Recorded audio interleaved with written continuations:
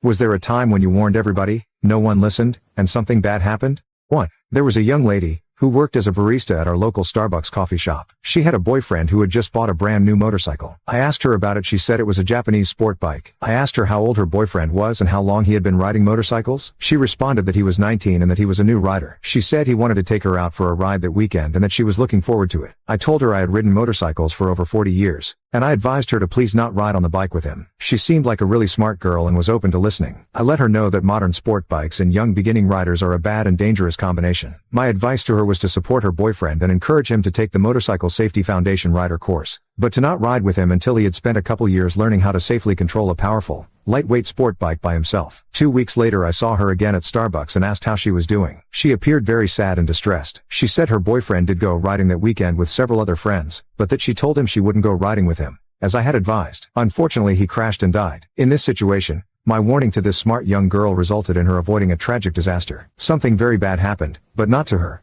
2. When I separated from my first wife, she moved in with her best friend and her husband. I cautioned her best friend that would cause problems, as my ex wasn't the angel everyone thought she was. The friend and her husband merely rolled their eyes. A couple of months later, the friend and her hubby are fighting about when my ex is leaving to get a place of her own. The hubby wanted her gone. He reached out to me over some beers and I repeated what I had told them before. He agreed with me. Fast forward to the 6-month mark of our separation. Her friend got called into work. She made it a mile down the road when she realized she forgot her lunch, so she went back to get it. As she walked past the living room window, she saw it. Her husband and my ex were having sex. My ex was kicked out that day, and she and her husband struggled to heal the marriage. They miraculously worked it out, but the trust had been banged up pretty bad. They literally ended up being roommates until the day her friend died of cancer. Not spouses, not lovers, but roommates. Not a good way to have a marriage. 3. My son had a girlfriend like that one time, a sweet-looking girl. Butter wouldn't melt in her mouth, but there were odd things. One was that she never came to sit with the rest of us at the table. Another, she never really talked to the rest of us well. My boy was 21, so was she. We're grown-ups, so whatever. Anyhow, then she started with the weirdo phone calls. We'd be out walking round somewhere, she'd ring him up and be all needy. What are you doing now? Who are you with? You know the drill. He was all placating and such. I shook my head. Then we were at a film in a cinema. She phones him accusing him of being with her. Not sure who her was. Never did find out. My son said, I'm with my dad. Here, you talk to him. So I did, and she was all sweetness and light. Another time, and this was the final straw, she rang and was threatening to jump under a bus. My daughter took the phone and asked if everything was okay.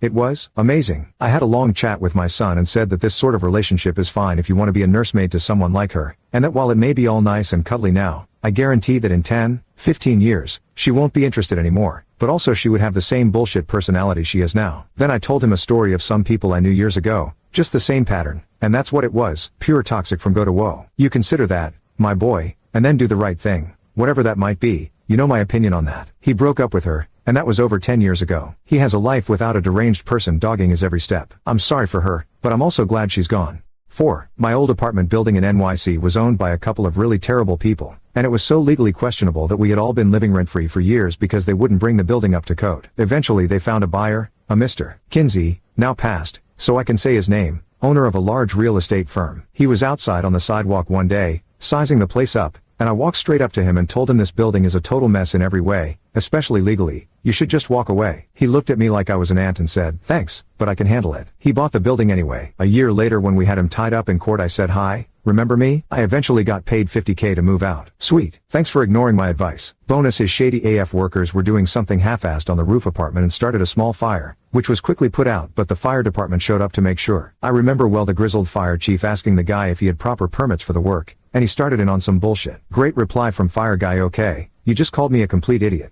5. I was 16 shadowing my uncle who repaired hydraulic systems. He needed a particular tool from his service van and I headed to an exit. I got to the double doors and they were chained together. Only the smallest person could squeeze between the doors. I had to go to the front entrance to get to the van and I asked if the door could be unchained since this wasn't going to be my only trip. The plant manager said it was locked shut to keep people from sneaking into the factory. I got to my uncle who was a bit peeved I had taken so long. I explained the door and how the manager refused to unlock it. Luckily no more trips were needed, but on the way out my uncle spoke with the manager and explained there was hot oil lines between the work tables and the front exit. The manager just shrugged it off, but my uncle wrote in his work history log that chaining the door was a big safety violation. He was so upset he called his point of contact in the corporation and explained the issue. Fast forward 2 weeks, the door still chained. A high-pressure cooking oil line rips open, spraying cooking oil all over the factory floor. Within seconds, the open flames ignite the oil. 6 people died trying to escape through the chain door. 17 people suffered severe burns, many second and third degree. My uncle's report was the overwhelming evidence at getting the victims' compensation. I also saw that $3 million in compensation pales in the loss of a loved one.